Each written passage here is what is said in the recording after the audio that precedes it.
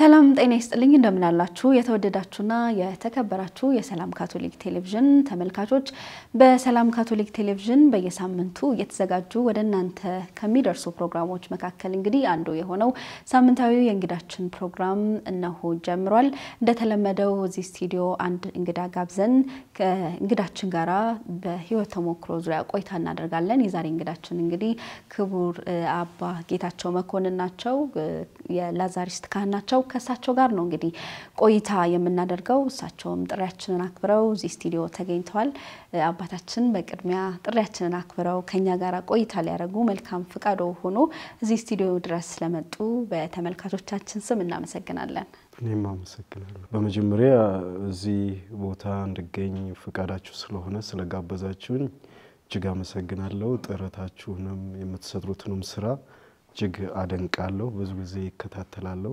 ለቤተክርስቲያን ትልቅ አገልግሎት ነው በተለይ በዚህ ዘመን ሚዲያ ትልቅ ሚና አለው ስለዚህ ከስራም በላይ አገልግሎት ነው ያስባለውና ጥረታችሁን አደንቃለሁ በመቀጠል እኔ አባ ጌታቸው መኮንን እባላለሁ የላዛሪስት ማህበር ቬንሴንሻን ይባላል የዛ ማህበር አባል ነኝ ቆይታችንን የምንጀምረው ከልጅነት ህይወት ነው የክቡር አባ ጌታቸው የልጅነት ህይወት ምን ይመስላል ወደ ኋላ ለመልሶት የልጅነት ህይወቴ ተወልጄ ያደግኩት ደብረ ዘይት ወይንም ቢሾፍቱ ከተማ ነው እድገቴ አብዛኛው ማለት ይቻላል በቤተክርስቲያን ውስጥ ነው ቅዱስ ሥላሴ ቤተክርስቲያን ከኛ ሰፈር ሩቅ አይደለም ስለዚህ ብዙውን ጊዜ በተለይ ከዛ አካባቢ 03 ይባላል እዛ አካባቢ ያሉ ወጣቶች በብዛት ወደ ቤተክርስቲያን ይሄዳሉ ቤተክርስቲያን አካባቢ የተለያዩ የመጫወቻ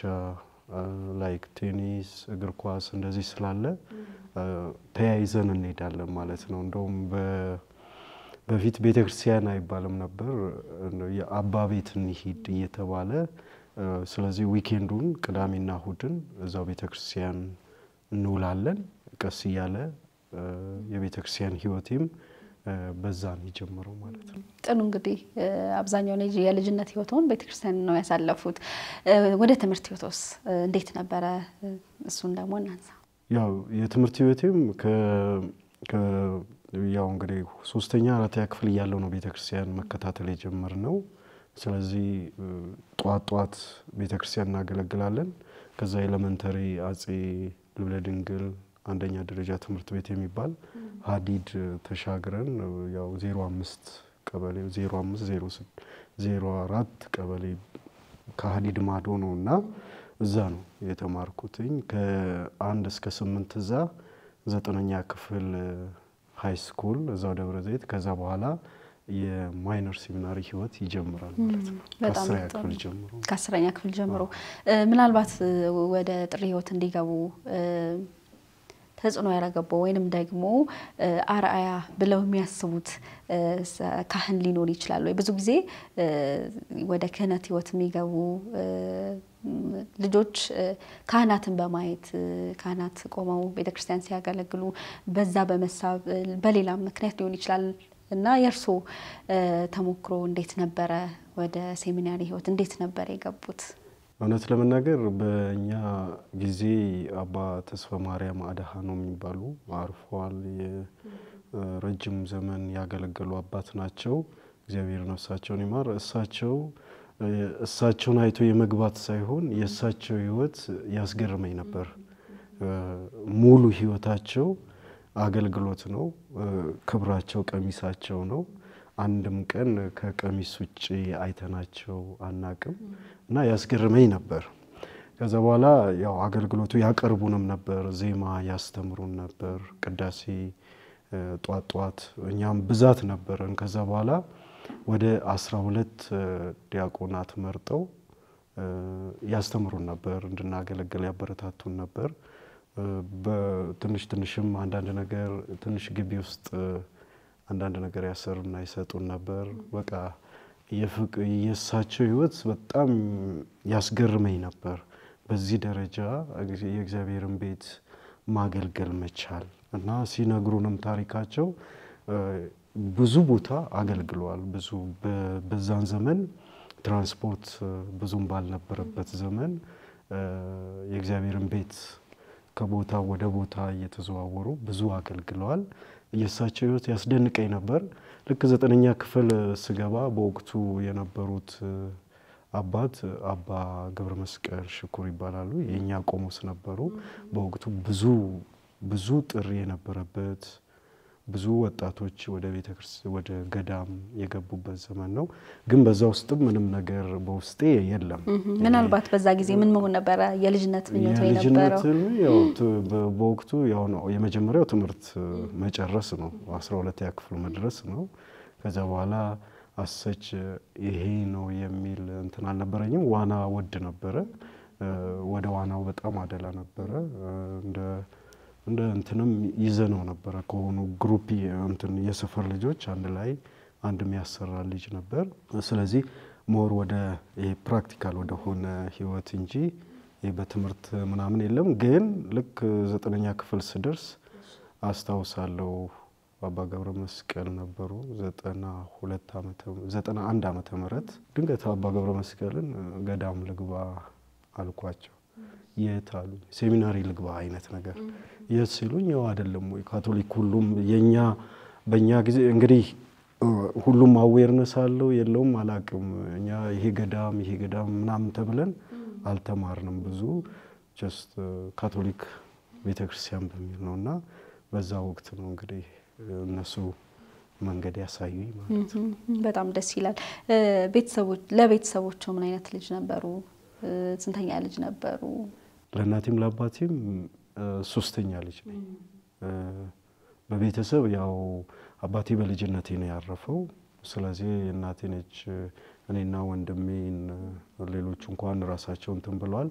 ይበልጥ ግን እኔና ወንድሜን ለማሳደግ ያው የግል ስራ እየሰራች ያሳደገችን። ስለዚህ መጥፎ አይደለሁኝም።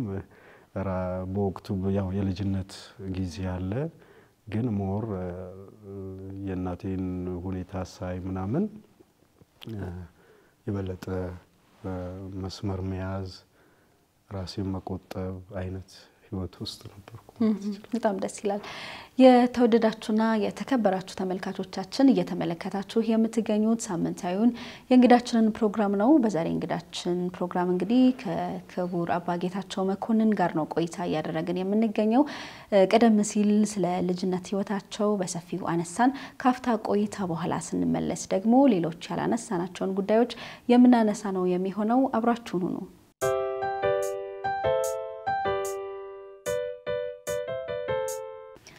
ካፍታ ቆይታ በኋላ ተመልሰን ተገናኝተናል። ተመልካቾቻችን አብራችሁን ስለሆናችሁ እናመሰግናለን። እየተመለከታችሁ የምትገኙት በሰላም ካቶሊክ ቴሌቪዥን እየተዘጋጀ ወደ እናንተ የሚደርሰውን ሳምንታዊውን የእንግዳችንን ፕሮግራም ነው።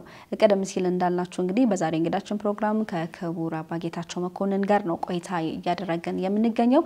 ቀደም ሲል ስለ ልጅነት ህይወታቸው አነሳን። አሁን ደግሞ ያላነሳናቸውን ሌሎች ጉዳዮች እናነሳለን ማለት ነው። እንግዲህ አባታችን የላዛሪስት ካህኖት ስለዚህ ስለ ላዛሪስት አባቶች ምን ይነግሩናል? የላዛሪስት ገዳም የህይወት ጥሪ ምንድነው? የማህበረ ልኡካን ያው ድሆችን በሉቃስ ወንጌል ላይ በሚገኘው ላይ መሰረት ያደረገ ነው።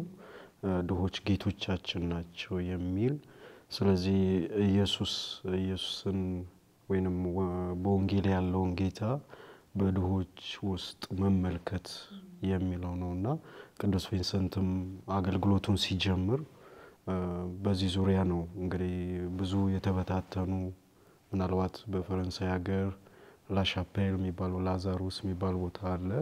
እዛ አካባቢ በተለይ መሰረታዊ የሆኑ አገልግሎቶችን ኢሚግራንትስ እነዚህ የተለያዩ ምስኪኖች ከተለያየ ቦታ የሚመጡትን የተቸገሩትን በማየት ህይወቱ እንደተለወጠ የመጀመሪያው ሐሳቡ ያ ባይሆንም ግን በሂደት ድሆችን በማገልገል ኢየሱስ ክርስቶስን ማገልገል ይቻላል በሚል ሐሳቤ ነው። እንግዲህ አገልግሎቱ የመጀመሪያው ጊዜው ኢንቴንሽኑ ያ አልነበረም። ግን በሂደት የተለወጠ የአገልግሎት ዘርፍ ነው ማለት እንችላለን። ስለዚህ አጠቃላይ የኛም ወንጌልን ለድሆች መስበክ እንግዲህ ወንጌል ለድሆች ሲባል የተለያየ ነው እንግዲህ አንደኛ አካላዊ ነገርም ድሃ ስንል ሌላው ደግሞ መንፈሳዊ ነገርም አለው እንግዲህ ወንጌልን ወዳልደረሰበት አሴ ሚሽነሪ ተልኳችን አንድ ቦታ ተቀምጦ ይዞታ መያዝ ሳይሆን ወደ ተለያየ ወንጌል ወዳልደረሰበት ከከሌ ቦታ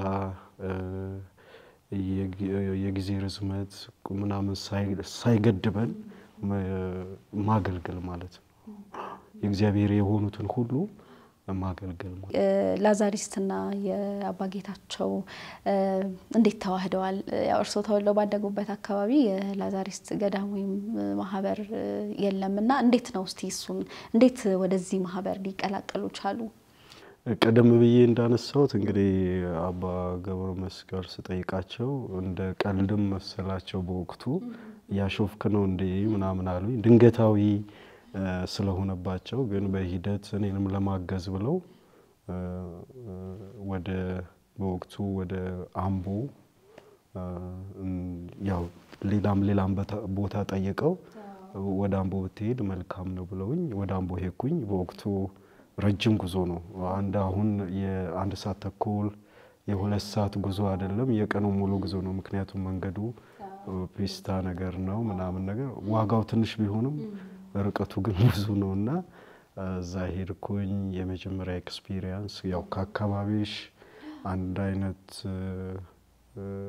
ባህሪ ካለው ጓደኝነት ምናምን ተመራርጠሽ ከምትይዣቸው ጓደኞች በተለየ እግዚአብሔር የሚሰጥሽ ከተለያየ አካባቢ የመጡ ወንድሞች ጋር አዲስ የሆነ ህይወት የመጀመሪያው ጊዜ በጣም ከባድ ነበር እንዴት ያስታውሱታል ከባድ ጊዜ ነበር አሞኝም ነበር ግን ለኔ ከደብረ ዘይት መውጣትም በጣም ረጅም ጉዞዬ ነበር ከዛ በኋላ ግን ያለው ሁኔታ ሳይ በወቅቱ የነበሩት አባ ማቴዎስ ኃይለ ሚካኤል ይባላሉ የመጀመሪያው አለቃይ ናቸው ከዛ በኋላ እንግዲህ ብዙ አባቶች ብዙ መልካም አባቶችን አግኝቻለሁ በህይወቴ የበለጠ እየበረታው የመጀመሪያው እንትኔን እየተውኩ ህይወቱን እየወደድኩት እንዲሄድ አድርገውኛል ማለት ነው በወቅቱ ነው ምልሽና በዝማሬ በተለያየ አክቲቪቲዎች አሉ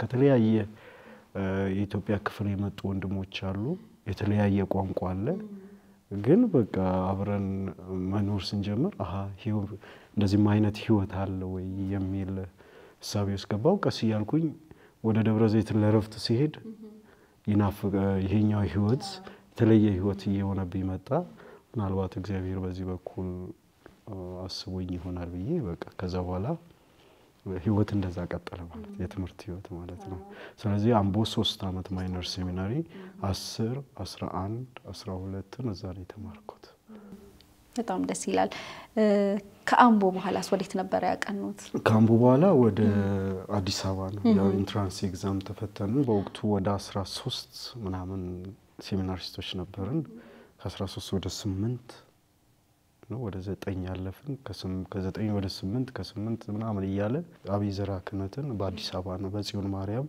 በላዛሪስ ገዳም ማለት ነው ማዘር ሃውስ እንላለን በዛ ነው የተከታተሉታ ጥሩ እንግዲህ ከዛ በኋላ የክህነት ህይወት አለ ማረገ ክህነትን በስንት ዓመተ ምህረት ነበር የተቀበሉት በ2003 ይመስለኛል በእኛ 14 ዓመት አካባቢ በአገልግሎት ማለት ነው እንደዛ ነው የተቀበለው ማረገ ክህነትን ከተቀበላችሁ በኋላ ለአገልግሎት ትላካላችሁ ወደ ተለያዩ አካባቢዎችና እርሱ ወዴት ነበር የተላኩት እንግዲህ ልክ ሜጀር ሴሚናሪ ሲጀምር አብዛኛውን የፓስቶራል የክረምት ፓስቶራል አገልግሎቱን በአዲስ አበባ ነው ምክንያቱም ከአዲስ አበባ ሀገረ ስብከት ስለነበርኩም ያው ለቁምስናው አገልግሎትም ሲባል አብዛኛውን ጊዜ ያሳለፍኩት ጽዮን ማርያም ነው ጽዮን ማርያም ቤተክርስቲያን ለኔ እንደ ሁለተኛ ቁምስናዬ ነው ማለት ነው ድቁና መዛው ተቀበልኩ በድቁና መዛው አገለገልኩ ልክ ካህንም ሲሆን እዛው ነው ማለት ነው ስለዚህ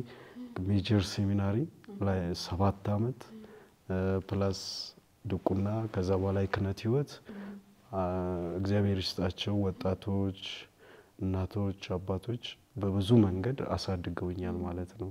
የበለጠ ህይወቱን እንደወድ የበለጠ የእግዚአብሔርን ቤት እንዳገለግል የጽዮን ማርያም ቁምስና እናቶች አባቶች እና ወጣቶች አግዘውኛል በጣም። ስለዚህ አብዛኛው አገልግሎቴ እዛ ነው። ጽዮን ማርያም በቆሞስነት አገልግለዋል። በቆሞስነት ወደ 5 አመት አገልግያለሁ። ከዚያ በኋላ ወደ ቦንጋ ኪዳነ ምህረት እዛም ትልቅ ቁምስና ነው። ብዙ ወጣቶች ያሉበት ነው። በወቅቱ እንግዲህ ከኤ እስከ ዲ ድረስ ወጣቶች ታዳጊ 2 3 4 ድረስ ያሉበት እጅግ መልካም ህዝብ ያለበት ደግ ህዝብ ያለበት ቁምስና ነው። የበለጠ እዛም በአገልግሎቴ እንድበረታ በመልካም ያው ወጣትነት በተለይ ወጣትነት ጊዜ ትንሽ አግሬሲቭ የሚሆን ነገር ምናምን ነበር። ግን ያንን ሁሉ እንትን ይያሉ ያበረቱኝ ብዙ እንቅስቃሴ ነበር። ብዙ በተለይ ስፔሻሊ ከወጣቶች ጋር የነበረኝ ተግባቦት ጥሩ ነበር። ስለዚህ ያግዙኝ ነበር። እናቶች አባቶችም ያንን በመልካም ጎን ያዩት ነበርና ቦንጋ ኪዳነ ምህረትም እጅግ መልካም ጊዜ ነበርኝ እኔ ማለት ነው።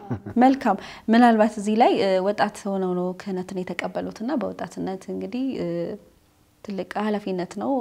በቆሞስነት በጽዮን ማርያምም በቦንጋ ኪዳነ ምህረትም አገልግለዋልና ወጣትነትና በሰዓቱ የነበረው የወጣትነት አገልግሎት እንዴት ነው የሚገልጹት? ያን ጊዜ እንዴት ያስታውሱታል?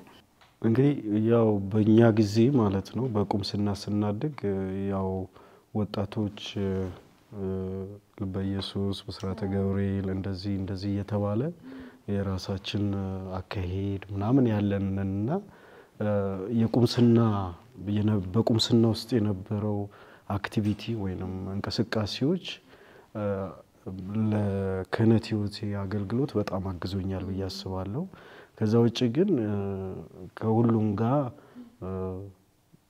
የመጀመሪያው እንትን ያው ታርጌታችን እነሱ ወጣቶችም ይሁኑ ምእመናን ወደ ቤተክርስቲያን ሲመጡ እኛም ደግሞ ወደ ቤተክርስቲያን የአገልግሎት ኃላፊነት ስትሰጠን ሁለታችንም እኩል የሆነ ምንፈልገው ነገር አለና ያም ደግሞ ክርስቶስን ነውና በዛ የመግባባት ከዛ ውጪ ግን ፕሬዘንስ ደግሞ አለ። ከወጣቶች ጋር እንደየእንትናቸው አብሬ የመሆን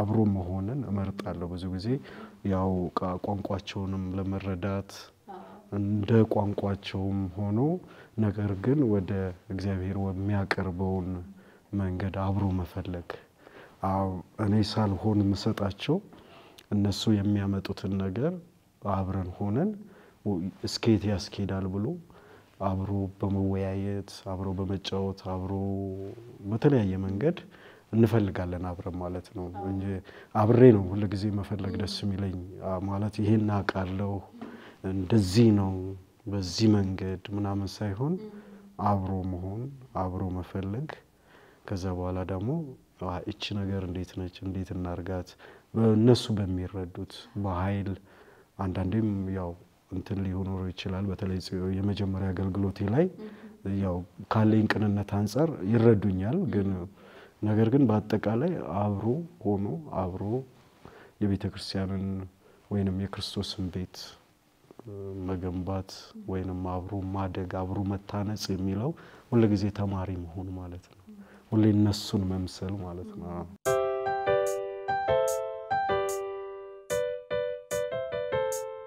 ክቡራን ተመልካቾቻችን አብራችሁን ስለሆናችሁ እየተመለከታችሁን ስለሆነ እጅግ አድርገን ነው የምናመሰግነው። የእንግዳችንን ፕሮግራም ነው እየተመለከታችሁ የምትገኙት።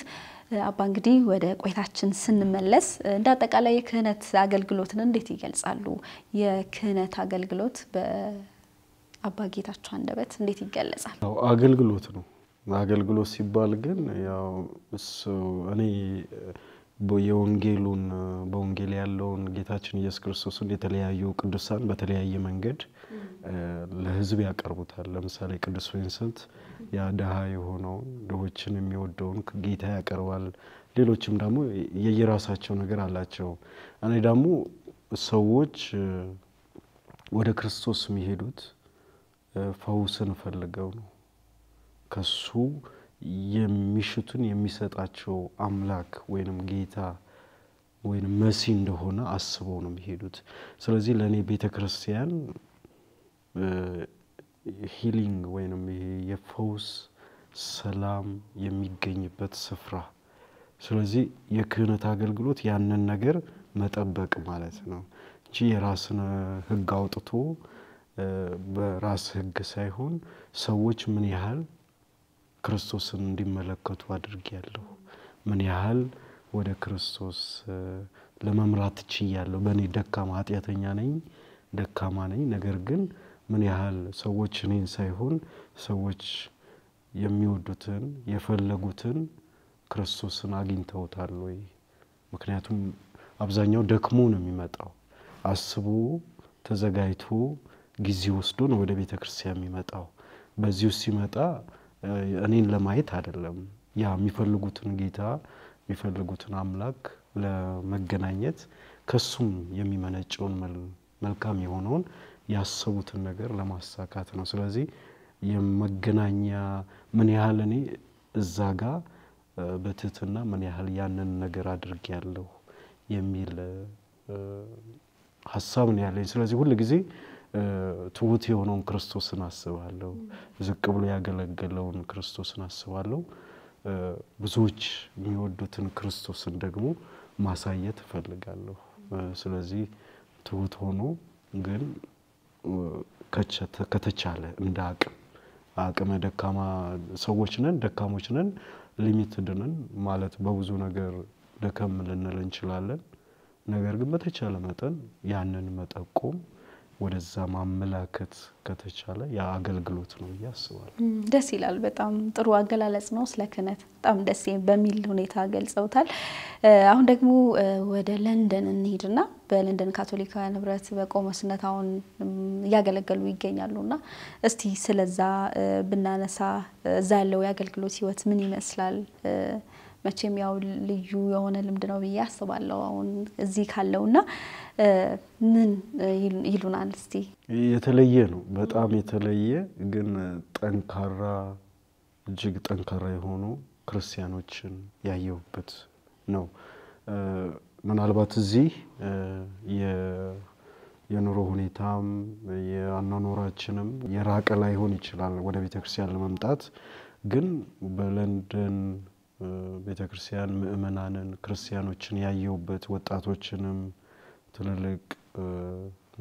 ትልልቆቹንም ያየውበት የመናፈቅ ቤተክርስቲያንን የመናፈቅ አብሮ የመሆንን የመናፈቅ አብሮ የማምለክ አብሮ የመሆን ቤተክርስቲያናቸውን ይወዳሉ በጣም እና ያ ያስገርመኛል አንድ ሰዓት ተኩል እስከ 2 ሰዓትም ተጉዘው የሚመጡ አሉ እና በጣም ደግሞ የተለየ የክርስትና ህይወት ነው ይችላሉ በአቅራቢያቸው ወዳለው ቤተክርስቲያን ሄደው በአገሪቷ ቋንቋ እግዚአብሔርን ማምለክ ይችላሉ ነገር ግን የራሳቸውን ስርዓት መውደድ እና የወንድማማችነቱን ሳይ ኢቭን እዚህ እንኳን በጣም አክቲቭ ያልሆነ እዛ ሲሄድ ግን ቤተክርስቲያኑን የሚወደድ ሌሎቹን ለማየት የመናፈቅ እንትና ያለው እዚህ ደግሞ አብዛኞቹ ጠንካራ ክርስቲያኖች የነበሩ ጥሩ ቤተክርስቲያንን ሲያገለግሉ የነበሩ በተለያየ በስራ ምክንያት በተለየ ህይወት ወደ ውጭው ዓለም የሄዱ ናቸውና በጣም እጅግ ጠንካራ ክርስቲያኖች ናቸው እኔንም ያስገርመኛል 3 ሰዓት ላይክ 2 ሰዓት ምናምን ተጉዞ ቤተክርስቲያን መጥቶ አገልግሎት ለፈለገ አንድ ክርስቲያን የኔ ምናልባት ከዛ ግማሽ ይሆናል ተጉዤ ማገለግለውና በጣም የሚያስገርም የሚያስደንቅ የበለጠ ዝቅ እንድትይ ትሁት እንድትሆኚ የሚያደርጉ ምእመናን ናቸው ያስባለውና በዛ ነው ማያቸውና የተለየ ድንቅ የሆነ almost አመት ከ6 ከ7 ወር ሆኖኛል ድንቅ ጊዜ ነው እየሰጡኝ ያሉት እኔንም እንደዚህ ማለት እንደነሱ ይሄን ያህል ከሆነ እኔስ የሚል ነገር አለና እጅግ የሚገርም ፍቅርም አለ በተለይ ለካህን ያላቸው አክብሮት ያው አንዳንዴ ውጪ ሲሆን ምናምን ይባላልና እኔ ግን ያየሁት እኔ የራሴን ነው እንግዲህ በራሴ መንገድ ነው መግለጥም ያለብኝ የተረዳሁትም እንደዛ ስለሆነ ነውና እጅግ የሚያስገርሙ እና ወንድም እህቶች ናቸው። ጥሩ ምስክርነት ነው። ያው ደስ ይላል። ያው እርሶ እንዳሉት ነው እዚህ በሀገራቸው በነበሩ ሰዓት ቤተክርስቲያን ለመሄድ ምናልባት ነገሮች ቀላል ናቸው። ሀገር አቋርጠው ሲሄዱ ግን ያው ስራም በተለያየ ምክንያት ነው አይደለ ሰዎች ወደ ውጭ የሚሰደዱት። አዎ ያንን ጊዜያቸውን አብቃቅተው ቤተክርስቲያን መምጣታቸው ሌሎችን የሚያስተምር ነው። ጥሩ ምስክርነት ነው የሰማነው። ጥሩ እንግዲህ አሁን ደግሞ እስቲ ለወጣቶች መልእክት ያስተላልፉ።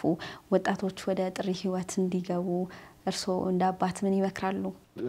ጥሪ ወይንም ይሄ የገዳማዊ ህይወት ከዛ በፊት መልካም ክርስቲያን መሆን ይፈልጋል። መልካም ክርስቲያን መሆን ያ ክርስቶስን መመልከት ከክርስቲያንነትም አልፎ እውነተኛ ተከታይ መሆንም ይፈልጋል። እዛ ያም ጥሪ ነው። ጥሩ መልካም ክርስቲያን መሆን ክርስቶስን መከተል ክርስቲያን መሆን ወይንም ስያሜው በራሱ የጽድቅ ጉዞ አይደለም ወይንም ደግሞ ጉዞ አይደለም።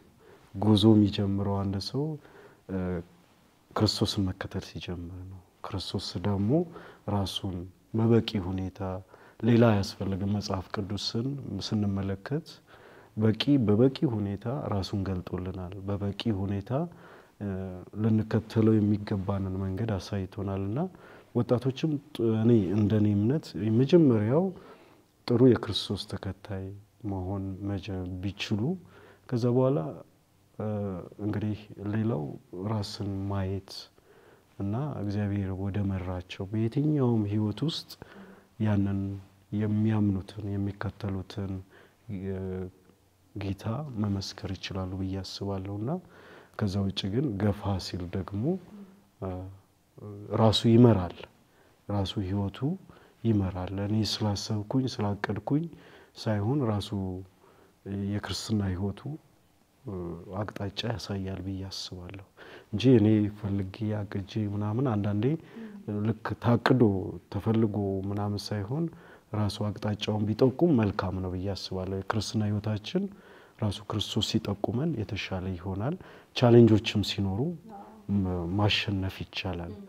ግን በግፊት በተለያየ መንገድ ከሆነ በጣም ብዙ ዋጋ ያስከፍላል። በምሪት ከሆነ በመንፈስ ቅዱስ መሪነት ከሆነ ግን ዋጋ ቢያስከፍልም ኃይል ደግሞ አለ ማለት ነው። ስለዚህ እኔ ለቤተክርስቲያን ወጣቶች ምለው መልካም ክርስቲያን ክርስቶስን የሚወድ ክርስቶስን የሚከተል ክርስቲያን ከሆነን ከዛ እሱ አቅጣጫችንን ይጠቁመናል ብዬ አስባለሁ። ጥሩ ምክር ነው። ያው ወጣቶች ይሰማሉ ብለን ተስፋ እናደርጋለን። ክቡር አባ ጌታቸው የረፍት ጊዜያቸውን እንዴት ነው የሚያሳልፉት? እስቲ እሱን እናንሳ። አሁን ረፍት ላይ ነኝ። ስለዚህ ብዙ ከአገልግሎት አራኩኝም ከቤተ ራሴንም ረፍት ሲባል ያው ሞር መንፈሳዊቱንም ትቶ እርግፍ አርጎ ትቶ የሆነ ነገር ውስጥ መግባት ሳይሆን በአገልግሎት ሆኖ ግን ትንሽ ከቤተሰብ ጋር ከጓደኞች ጋር ከቤተክርስቲያን ወዳጆች ጋር አሁን እያሳለፍኩ ያለሁት። ስለዚህ በእንደዚህ አይነት ነው። ብዙ አርቅም ብዙም ደግሞ እንትን ኃላፊነቶች በቃ እንትን አልልም ግን ባላንስ የሆነ ረፍት ነው ያለኝ ማለት ነው። ምናልባት ቀድሞ ዋና እንደሚወዱ ነግረውኛልና አሁንስ እንዴት ነው ዋና? አሁን ያው ታጥሯል ምን ተብሏል ግን እድል እዛ ያለው የዋኛለው እሱ ግድ ነው እሱ። ሌሎች ስፖርታዊ ኳስ በፊት ነበር ይጫወት ነበር። አሁን ሲሆን ማርያም ያለው ቦንጋ ያለው ይጫወት ነበር። አሁን ግን እንትኑ መሰለኝ ቦታውም ተመቻቻ አይደለም። ሞር ወደ አገልግሎቱ ወደ መንፈሳዊ ህይወቱ የማዘንበል ነገር አለ በእኔ ማለት ነው እንግዲህ በተወሰነ ደረጃ በጣም ደስ ይላል። እንደ አጠቃላይ አሁን ደግሞ ለካቶሊካውያን ምን ይመክራሉ? በተለይ ካቶሊካውያን ለቤተክርስቲያናቸው ቅርብ እንዲሆኑ ቤተክርስቲያን እንዲያገለግሉ ቤተክርስቲያናቸውን እንዲጠብቁ ምን መልእክት አለዎት? ቤተክርስቲያን እንደ ካቶሊክ እንደ አንድ አማኝ ነው አሁን የምናገረው የማንም አይደለም የሁላችንም ነው። ቤተክርስቲያን ሲባል የከሌ የምንለው አይደለም ግን የሁላችንም ነች ደግሞ ቤተክርስቲያን። ስለዚህ ካህናት አገልጋዮችም ሁሉም የየራሳቸው የሆነ ሚና አላቸው። ሁሉም እንደየ ስጦታውና እንደየ ተጠራበት የእግዚአብሔርን ቤት መገንባት ማለት ነው አይደለም። ሁሉም የየራሱን ካላስቀመጠ ያንድ ወይ ያንድ የካህናት ብቻ ወይ የምእመናን ብቻ ወይ ደግሞ አንዱ ካንዱ ይበልጦ ተበላልጦ ሳይሆን በእኩል ሁላችንንም የምትመለከት ቤተክርስቲያን ነች ማለት ነው። ወይንም ለሁላችንም እኩል የሆነች ቤተክርስቲያን ነች። ስጦታችን መጽሐፍ ቅዱስም ሲናገር ቅዱስ ጳውሎስ ልዩ ልዩ ስጦታ አለ፣ የክህነት አገልግሎት አለ፣ የተመመና አገልግሎት አለ ይላል እንጂ አንዱ ካንዱ የተሻለ ነው የሚል ነገር የለም። ሁሉም እኩል የሆነ አይደለም። መበለቲቱ ትንጥ የሰጠችው ብዙ የሰጠው በቤተክርስቲያን ውስጥ ስጦታ ነው። ስለዚህ እንደየ ተጠራንበት እንደ ምእመን ለምሳሌ ቤተክርስቲያንን ማገልገል ይቻላል። ለካህን ደግሞ በተሰጠን ያ ቅድም እንዳልኩት ያንን ቦታ የፈውስ ቦታ የሰላም ቦታ ሰዎች መጥተው በጸጋ ተሞልተው የሚሄዱበት ቦታ ማድረግ ኃላፊነት ያለባቸው አሉ። ያ በዛ ዙሪያ በኃይል በጉልበት ምናምን ሳይሆን በጸሎት የበለጠ ወደ እግዚአብሔር በትህትና በመቅረብ የሚሆን ነው። ከዛ በኩል የሚመጣው ወገን ማለት ምእመናንም ደግሞ ሲመጡ ፈልገው መምጣት ያለባቸው ያ ነው። ቤተክርስቲያን ሜዳ ሄደሽ አንድ የእግር ኳስ ሜዳ ተሄዶ ኳስ ለማየት ነው የምንሄደው አይደለም። በቃ ቦታው የኳስ ሜዳ እንጂ ሌላ አይደለም። ስለዚህ ቤተክርስቲያን ደግሞ የራሷ የሆነ የምትገለጥበት አለና ምእመናንም አገልጋይ ካህናትም ሁላችንም ያ ሴንተር የሆነውን የሁላችንም ማዕከል የሆነውን ክርስቶስን እያየን በጋራ የምናድግባት እንጂ አንዱ አሳዳጊ አንዱ ታዳጊ ምናምን ነገር ሳይሆን ሁሉም አስተዋጽኦ እያደረገ ሁሉም እየገነባት የምትሄድ ቤተክርስቲያን ነች። ስለዚህ ሁላችንም በጋራ የምንገነባት ቤተክርስቲያን እንድትሆን እመኛለሁ ማለት ነው። መልካም እንደ አንድ ክርስቲያን ማለት ነው። በጣም ጥሩ እንግዲህ አባታችን ቆይታችንን እያገባደድን እንገኛለን። ምናልባት እንደው ያላነሳነው ነገር ካለ ማስተላለፍ የሚፈልጉት መልእክት ካለ የመጨረሻ ማመስገንም የሚፈልጉት አካል ካለ እድል ልስጦት። በመግቢያ ላይ እንዳልኩት ይሄንን አገልግሎት ለማድነቅ ፈልጋለሁ። እንደ ካቶሊክ ቤተክርስቲያን ብቸኛም ይመስለኛል እና ሁላችንም ያገዝን በተለይ ለቅዱሳን ምእመናን ማስተላለፈው ብቸኛ የቤተክርስቲያናችን ሚዲያ ነው ማለት እንችላለን። ሌሎች እንዲበዙ በማገዝም ሆነ በማበረታታት እንዲሁም ደግሞ ይሄንን እንዲያድግልን ማድረግ ይፈልጋል ማለት ነው። ምክንያቱም ሚዲያ አንዱ የወንጌል ስርጭት የሚካሄድበት ነው፣ የቤተክርስቲያን እንቅስቃሴዎች የሚተላለፍበት ነው። አሁን በአንድ ቦታ ሳይሆን እንደ እንትንም ነው እንደ ውድድርም ነው። መልካም ውድድር ማድረጊያ መንገድ ነው። አንድ የቅናት ምናምን ሳይሆን ሌላውን ለመብለጥ ለማሸነፍ ምናምን የመሸናነፍ ሳይሆን ውድድሩ የራስን እምነት የመግለጥ ሃይማኖቱን የመግለጥ መንገድ ነውና ይሄንን እጅግ አደንቃለሁ። ከዛ ውጪ እዚህ ስለጋበዛችሁኝ ሐሳቤን በዚህ መንገድ እንድገልጥ እድል ስለሰጣችሁኝም እናንተንም ሁላችሁንም በተለይ ቤቲና አንቺንም እጅግ አመሰግናለሁ። እንግዲህ እግዚአብሔር ቤተክርስቲያናችንን እንዲባርክልን የሰላም ማስተማሪ እንድትሆን የፍቅር ምሳሌ እንድትሆን አብሮ የመሆን ምሳሌ እንድትሆን ቤተክርስቲያናችንን እግዚአብሔር በመንፈስ ቅዱስ አማካይነት እንዲያግዛት እንዲሁም ደግሞ ምድራችንን እግዚአብሔር ሰላም እንዲያደርግልን የእመቤታችን የሷ እናትነት ጥበቃ በተለይ ለምድራችን አሁን ብዙ የሚወራበት ብዙ የስጋዊ ነገር የበዛበት የእግዚአብሔር ነገር እያነሰ የመጣበት ቤተክርስቲያንም ወጪው ዓለምም በሁሉም ቦታ ላይ ትርምስምስ ያለ ነገር ነውና ይሄ ነገር ለመጪው ዓመት የተሻለ እግዚአብሔር የሚከብርበት ምድር እንዲሆን በተለይ ቤተክርስቲያናችን ይሄንን በዚህ በኩል ትልቁን ያንን ትልቅ ኃላፊነት ነው ቤተክርስቲያን ስንል ትልቅ የወንጌል ትልቅ ኃላፊነት ነውና እግዚአብሔር በዛ ኃይል እንዲሞላ ምድራችንን በሱ ሰላም እንዲሞላ ምኞቴ ነው እጅግ አመሰግናለሁ እኛም እንግዲህ ጥሪያችንን አክብረው እዚህ ድረስ መተው ከኛ ጋር ቆይታ ስላደረጉ በጣም ነው የምናመሰግነው ቀሪ አገልግሎት ዘመኑ የተባረከ ይሁን እናመሰግናለን እኔም አመሰግናለሁ የተወደዳችሁና የተከበራችሁ ተመልካቾቻችን እስካሁን ድረስ ተከታተሉት የቆያችሁት የእንግዳችን ፕሮግራም የተከታተላችሁትን ነው የሚመስለው እንግዲህ በዛሬ እንግዳችን ፕሮግራም ከክቡር አባ ጌታቸው መኮንን ጋር ነው ቆይታ ያደረግነው ጥሩ የህይወት ልምድን ተሞክሮን ከሳቸው እንዳገኛችሁ ተስፋ እናደርጋለን ሳምንት በሌላ እንግዳ እንገናኛለን እስከ ሳምንት ድረስ መልካም ሳምንት